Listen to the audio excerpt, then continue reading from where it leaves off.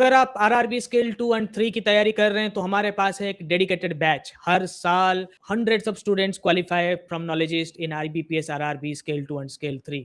Don't just read from here and there from the unwanted tips. Start preparing right now from the same course from which hundreds of people qualify in RRB exams every year. Our classes start right at 9 p.m. at night to 11 p.m. every day. We have regular live classes to aid in your preparation. In case you miss live classes, recorded classes, then notes, mock tests, test series, and at the end, if you miss everything, we have a ready reckoner, that magical ready reckoner that gives selection every year. So don't waste your time. Start preparing from the dedicated course. Links are there in the website, application, and the description section of this video. जनवरी 2026 से शुरू करते हैं RBI circular. Priority sector में थोड़ा बहुत बदलाव किया गया है, पीएसएल में थोड़ा बहुत चेंज है। जो मेजर पीएसएल के क्लास है वो पूरा इंटैक्ट है, उसमें कोई चेंज नहीं है। उसमें 75% आपका था किसका, स्मॉल फाइनेंस बैंक का, उसको हमने चेंज करके 60 कर दिया है। तो और कुछ थोड़ा बहुत चेंज है, उसको देख लेते हैं। पीएसएल में कौन कौन आते हैं? आमी हसरो, मैं हमेशा समझाता हूँ, इसी ऑर्डर में आपको बताना होता है। A for agriculture, M for MSME, E for export, then E for education, housing, social infrastructure, renewable energy, weaker section and others. आमी हसरो इसी हिसाब से इंटरव्यू में भी बोलना होता है। तो की टर्म्स इस क्लास में क्या क्या, इसी स्लाइड में आगे क्या क्या देखेंगे। ANBC adjusted net bank credit, COBE या फिर COBSE credit equivalent to off balance sheet exposure, PSLC priority sector lending certificate, IBPC interbank participation certificate, SFB का फुल फॉर्म आप जानते हैं, FCNR का भी जानते हैं, foreign currency non resident bank account. ठीक है, FCNR अकाउंट। तो प्रायोरिटी सेक्टर में ये 8 सेक्टर आता है। हमें 40%, 75% या 60% किसका मेंटेन करना होता है? आइदर एएनबीसी का या फिर सीओबीई का। सीओबीई बोल सकते हो, सीओबीएसई बोल सकते हो, credit equivalent to off balance sheet exposure. Adjusted net bank credit क्या है? ग्रॉस बैंक क्रेडिट मतलब टोटल लोन हम दे देते हैं। ठीक है, बैंक कुछ लोन खुद लेता भी है ना, खाली लोन थोड़ी देता है। तो उसको अगर माइनस करेंगे, जितना लोन लेता है उसको माइनस करेंगे। फिर बैंक जो बिल डिस्काउंटिंग करता है, एएनबीसी का कैलकुलेशन सेपरेटली अवेलेबल है पीएसएल के क्लास में, but for exam point of view हम पढ़ रहे हैं आज, so it you can skip it, right. चलिए, ये तो सारे सेक्टर्स हुए। तो क्या क्या बदलाव है? डोमेस्टिक कमर्शियल बैंक्स और foreign banks above 20 branches, no changes. 40% of ANBC और सीओबीएसई जो भी हायर है। ठीक है, अगर फॉरेन बैंक के ब्रांचेस 40% से 20 से कम है, किसी फॉरेन बैंक का ब्रांच 20 से कम है, तो उसको एक्सपोर्ट क्रेडिट से 32 और अदर क्रेडिट से 8% अचीव करने होंगे। If less than 32 plus 8, 32 from export credit like HSBC. HSBC की तो ज्यादा ब्रांचेस है, बट मान लीजिए एचएसबीसी फॉरेन बैंक है तो ब्रांचेस कम है, तो वो कैसे बेचारा एग्रीकल्चर में लोन दे पाएगा? अगर एक्सपोर्ट क्रेडिट दे पाएगा, क्योंकि मुंबई में उसका ऑफिस होगा, दिल्ली में ऑफिस होगा, चेन्नई में होगा, so he can, HSBC can lend to export houses, right? So for them there is a change, 32 plus 8. Regional rural banks, no change generally, 75% of ANBC or COBE जो था वही है, but there is a catch. Here it says a rural bank, a RRB, cannot lend more than 15% of its ANBC towards medium, social infra और renewable energy. ठीक है, अगर करता है तो उसको पीएसएल में हम कैटेगराइज नहीं कर पाएंगे। Getting it? Out of 75% up to 15% he can lend, RRB can lend in medium enterprises of MSME से medium enterprise, social infra and renewable energy. Getting it or not? Clear? क्योंकि जो circular है उसमें बहुत confusion है। I am just cutting the clutter for all of you, cutting the clutter for all of you, simplifying. जो exam में आएगा, circular लंबा है, बस एग्जाम में क्या आएगा, आरआरबी के लिए क्या नया नियम है, up to what percentage of amount they can lend towards medium, social infra and renewable energy, up to 15% of what, up to 15% of ANBC. ठीक है, स्मॉल फाइनेंस बैंक 75% से कम होकर 60% हो गया है। ठीक है, बस ये चीज है। लॉन्ग टर्म बॉन्ड में एग्जेम्पशन दिया गया है। FCNRB incremental advances under FCNRB will be calculated. COBSE calculate में commercial banks concentration risk management direction के हिसाब से होगा। एसएफबी में ग्रैंड फादर्ड लोन्स को फैक्टर किया जाएगा। I am coming to that point. What is grandfathered loans, what is the special rule for small finance bank. आपको पता है कि कुछ अर्बन कोऑपरेटिव बैंक्स, कुछ एनबीएफसी स्मॉल फाइनेंस बैंक में कन्वर्ट करने के लिए एप्लीकेशन दिए हैं।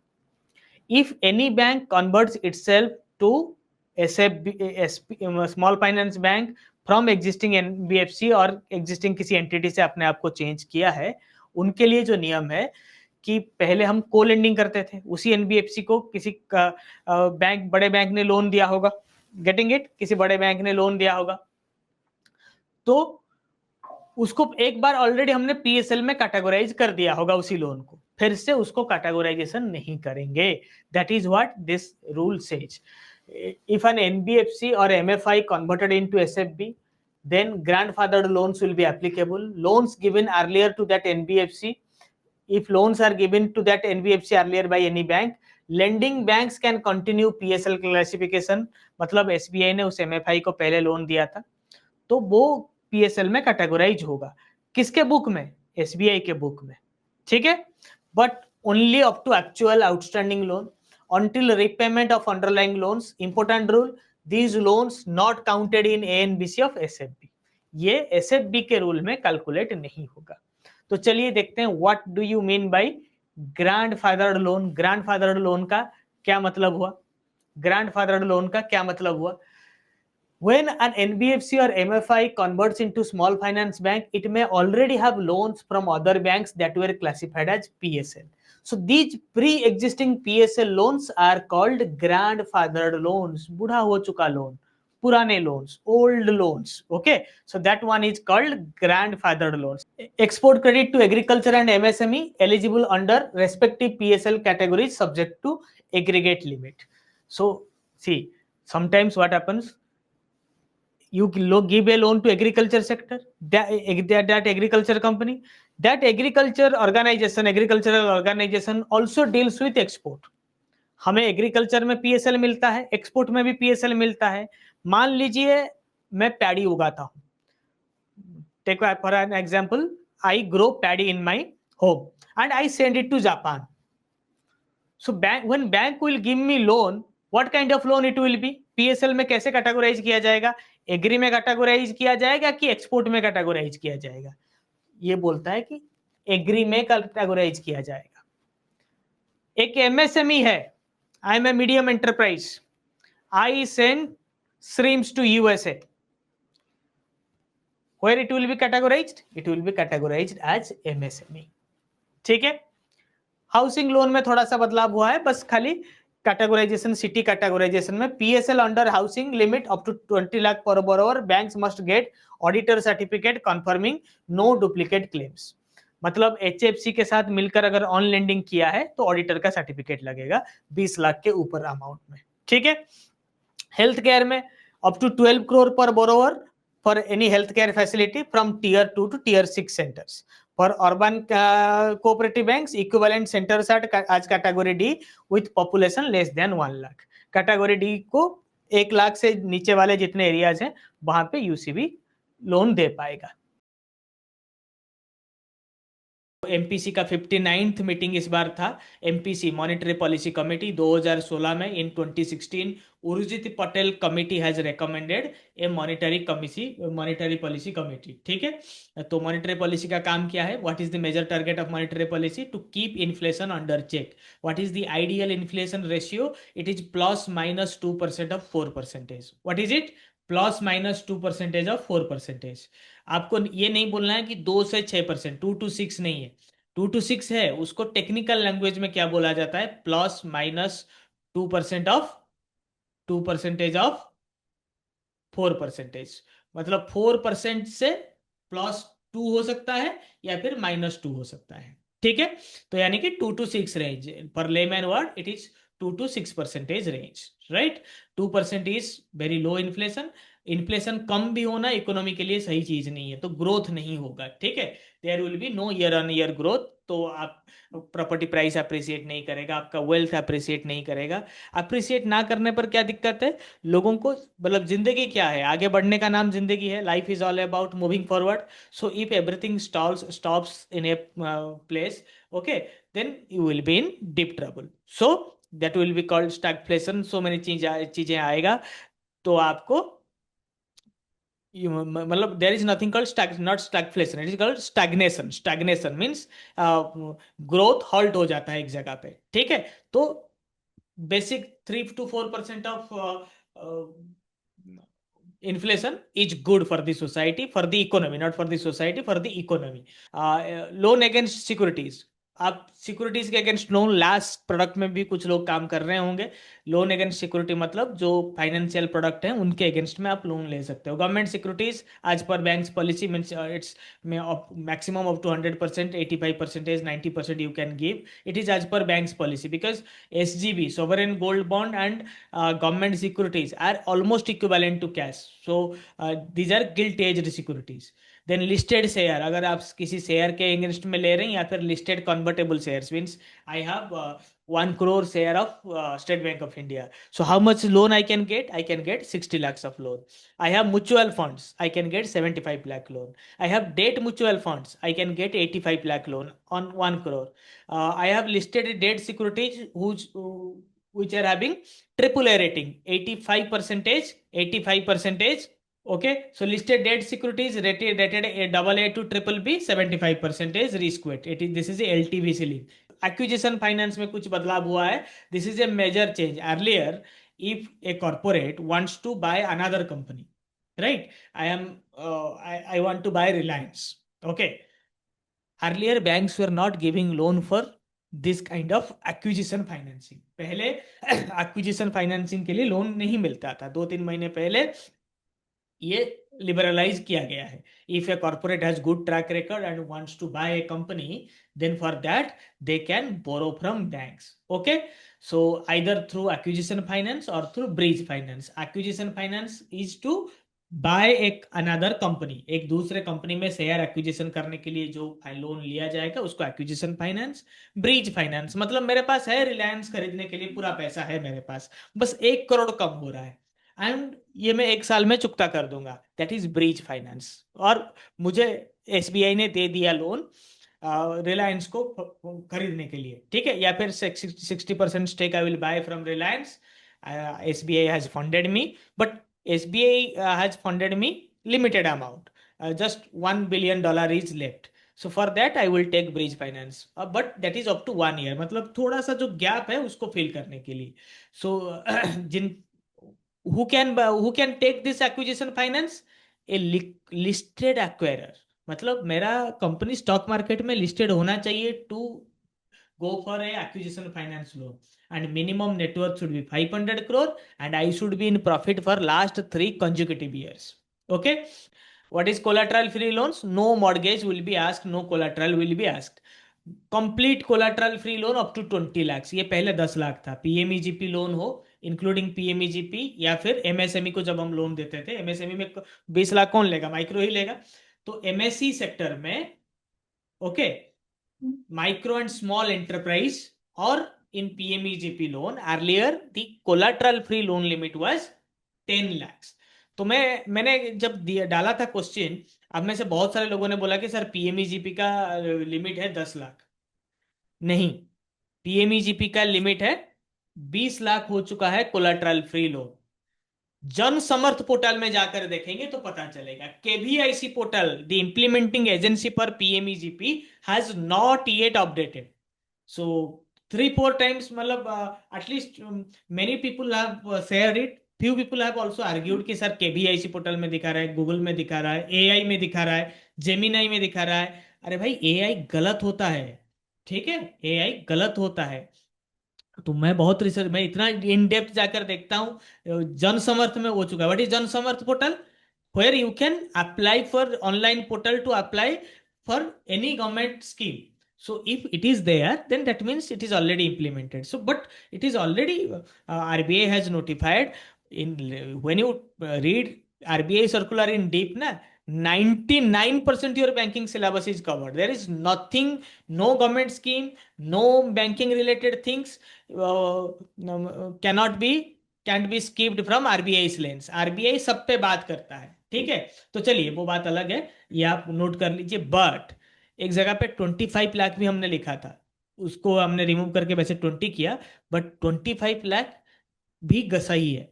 But which is 25 lakh, banks may increase 25 lakh for good record MSC units. अगर MSC यूनिट्स के रिकॉर्ड अच्छे हो तो बैंक 25 लाख तक रिलैक्स कर सकते हैं। Banks are mandated to do it up 20 lakhs, up to 20 lakhs they can ask it, but at their free will it can be up to 25 lakhs, ठीक है। What is the maximum amount on which collateral free loan can be given? 25 lakh. What is the minimum amount on which banks are bound to give collateral free loan? Bank can never insist on a collateral free loan. It is up to 20 lakh. ठीक है। और in agriculture loan it is 2 lakh. Now proposed कि ये नया किसी guideline में 3 हो जाएगा, but it is still 2 lakh. Okay. Latest RBI rates आपको पता है, कल पॉलिसी रेट आया था, कुछ चेंज नहीं हुआ है, तो ये रेट आपके एग्जाम के लिए है। Repo rate stands on revised at 5.25, SDF at 5, MSF or bank rate at which we do bill discounting 5.5%, CRR cash reserve ratio section 42 BR Act 3%, SLR 18%, ठीक है। हमारा फॉरेक्स रिजर्व अब कितना है? USD 698 बिलियन, डिपॉजिट है 250 लाख करोड़, ठीक है। Credit है मतलब लोन लोगों ने उठा रखा है 207 करोड़ का, ठीक है। और हम हमेशा सीडी रेशियो बैंकों का ब्रांच का कैलकुलेट करते हैं। आइडियल सीडी रेशियो 70% होता है, मतलब cash to deposit ratio, credit to deposit ratio, credit to deposit not cash, credit to deposit ratio, ठीक है। तो डिपॉजिट आप जितना लाएंगे उसका 70 to 80% क्रेडिट देना जरूरी है, जो कि सिस्टम में आपको दिख रहा है, ठीक है। RBI sets NOP INR limit for AD banks. AD मतलब ऑथराइज्ड डीलर बैंक्स। आपको हमेशा मैं बोलता हूं दो चीज है, एडी पीडी। एडी क्या है? AD is authorised dealer. Those who are permitted by Reserve Bank of India to deal with foreign currency are called authorized dealers, ठीक है। Those who are permitted by Reserve Bank of India to deal with government securities are primary dealers। तो authorised dealer तीन तरह का होता है, AD cat 1, cat 2, cat 3। तो AD category 1 बड़े बैंक्स होते हैं जो सब कुछ कर पाते हैं। एडी कैटेगरी 2 में जैसे स्मॉल फाइनेंस बैंक, आरआरबी, ये सब आ जाते हैं जिनको लिमिटेड एक्सेस होता है। एडी कैटेगरी 3 में सिर्फ मनी चेंजर्स आते हैं जो कि सिर्फ और सिर्फ आपका और हमारा फॉरेक्स को एक्सचेंज करते हैं, ठीक है।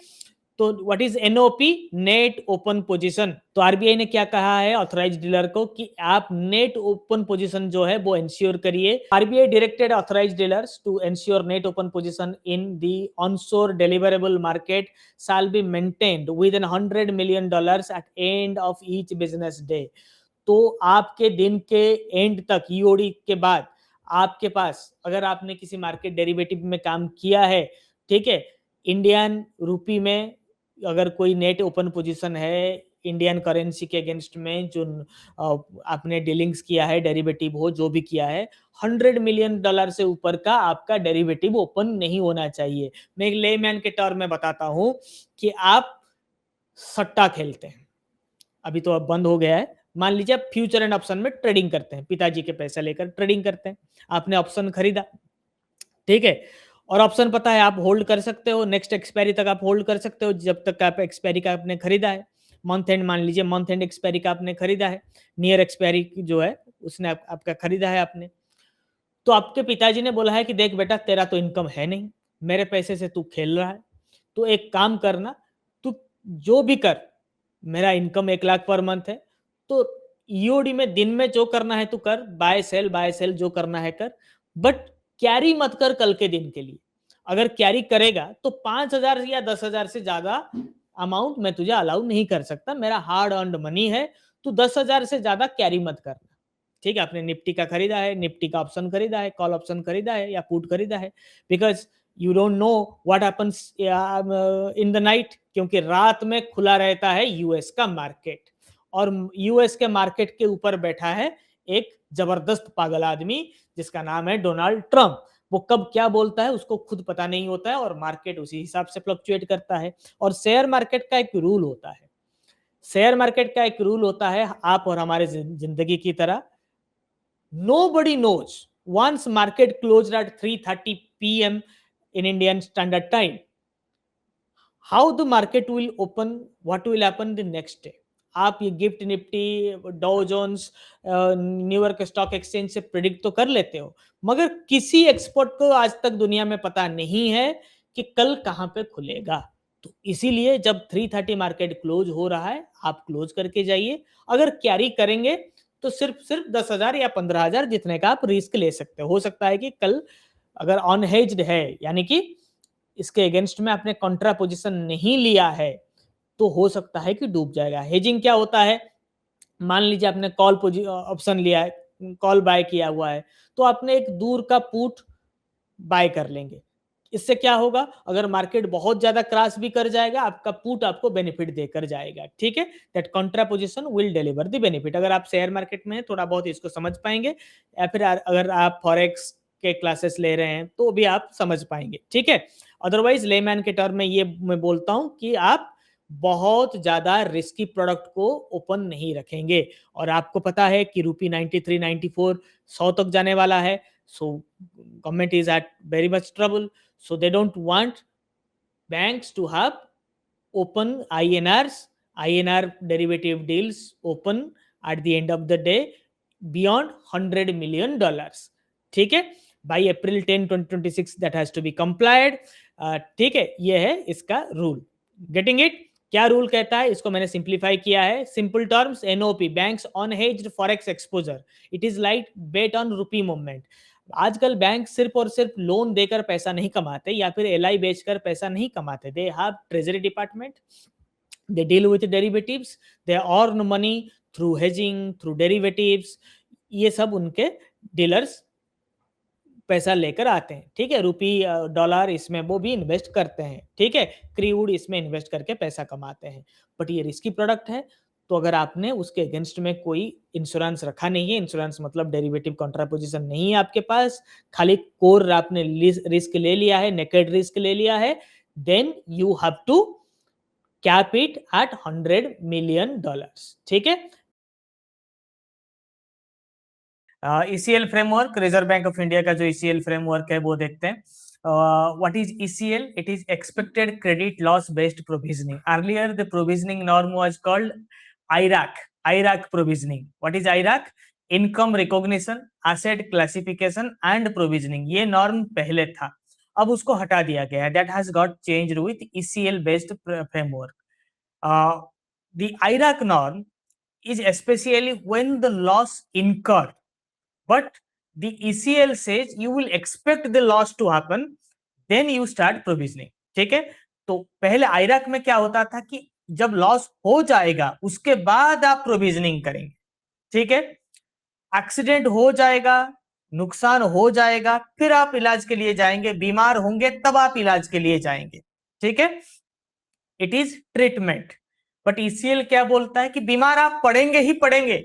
आदमी पैदा हुआ है, जिंदा है, तो बीमारी होगा ही होगा। तो इसीलिए पहले से हेल्थ इंश्योरेंस रखिए, पहले से पोलियो का टीका लगाइए। ठीक है, पहले से आप एक्सरसाइज करिए, प्रिवेंशन करिए। Prevention is better than cure. Vaccination करवाइए। So ECL is vaccination. So it is the expected loss. Loss तो होने वाला ही है, लोन दिया है तो कोई ना कोई डिफॉल्टर होगा। हर कोई अपने वादे का पक्का नहीं होता है, बेवफा तो वो होगी ही होगी। इसको आप मान के चलते हैं और आप expected credit loss based provisioning करते हैं। जैसे आपका लोन एनपीए हो गया, ठीक है, सब स्टैंडर्ड में एनपीए हुआ, फिर डाउटफुल चला गया, फिर लॉस में गया, तो आप 15% 25% जो भी आपका प्रोविजनिंग नॉर्म था उसी हिसाब से करते थे। बट ईसीएल बोलता है कि आपका पोर्टफोलियो है, कुछ नहीं हुआ है, कुछ भी नहीं हुआ है, तो फिर भी आप मान के चलेंगे certain percentage of loan is bound to get default, hence we will do provisioning. तो ये है फॉरवर्ड लुकिंग प्रोविजंस, आगे को देखकर प्रोविजनिंग किया IRAC norm says when the loss incurs, when you have detected the illness, then only the treatment will start. Okay, symptoms shown, then you will go for treatment. It says no, every year you go for preventive checkup, you do prevention. If you are giving a loan of 100 crores, then take it into mind 5 crore will be default amount. So that is the expectation. On the basis of expectation, future prediction, you will start doing the provisioning. What is provisioning? Having the sufficient cushion against your default. If every loan of yours will get defaulted, you gave 100 rupees loan to somebody, he has not returned, so your entire 100 rupees is lost. So your 100 rupees is not earned by you. It is your parents who gave you the pocket money of rupees 100. Imagine you are in school and college, your parents give monthly pocket money of rupees 100. One of your friend took that 100 rupees and didn't return. So what will happen? What will happen? You will end up having nothing for the next month. That money belongs to your parent. Your parent may ask it someday कि जो 100 rupees दिया था उससे तो खर्चा नहीं हुआ होगा, तू मुझे 50 रुपए वापस कर दे. How can you will return that 50 rupees to your parents? Because they can ask it, it is their money. So similarly, it is depositors money. So it is expected credit loss based provisioning, means you should have, whenever you find that there could be loss, you should keep aside some cushion money, some additional money in order to address the shocks that are arising from large defaults. ठीक है, default को रोकने के लिए इसको provisioning किया जाता है. एक्स्ट्रा मनी जो आप सेव करते हो अगेंस्ट योर एनपीए. ठीक है, गेटिंग इट? सो की डेट्स के ऊपर मैं जाऊंगा. Expected credit loss. What are the two norms? IRAC norms. IRAC norms is history now. It's still in progress. From 2027 April, ECL will be in continuation. But now IRAC norm is there. IRAC says whenever NPA happens, then only do provisioning after NPA, after loss provisioning. But ECL says before loss provisioning. एक गजल है जगजीत सिंह जी का कि मैं चाहता भी यही था कि वो बेवफा निकले, उसको समझने का कुछ तो सिला निकले. ठीक है, those who can understand Hindi और Urdu, they will be able to understand. ठीक है, मतलब मैं चाहता ही दिल से था कि वो बेवफा ही वो हो. ठीक है, क्योंकि मैं उसको समझ सकूं. सो सिमिलरली बैंकर चाहता ही है कि कुछ कस्टमर एनपीए हो जाए, और एनपीए होंगे ही, तो इसीलिए उसके हिसाब से वो प्रोविजनिंग करता है. ठीक है, getting it? So there are two types of ECL: 12-month ECL and lifetime ECL. ECL is weighted average of credit losses across different scenarios with respective probabilities as weights. So देखते हैं सब standard doubtful, इसके हिसाब से आप एक weighted average निकालेंगे कि कितना एसेट आपका एनपीए हो सकता है. नेक्स्ट 12 मंथ में कितना एनपीए हो सकता है उसको करेंगे. और लाइफ टाइम ईसीएल मतलब और उसको रिकवरी नहीं हो पाएगा, वो पूरा लाइफ टाइम के लिए वो एनपीए हो चुका है.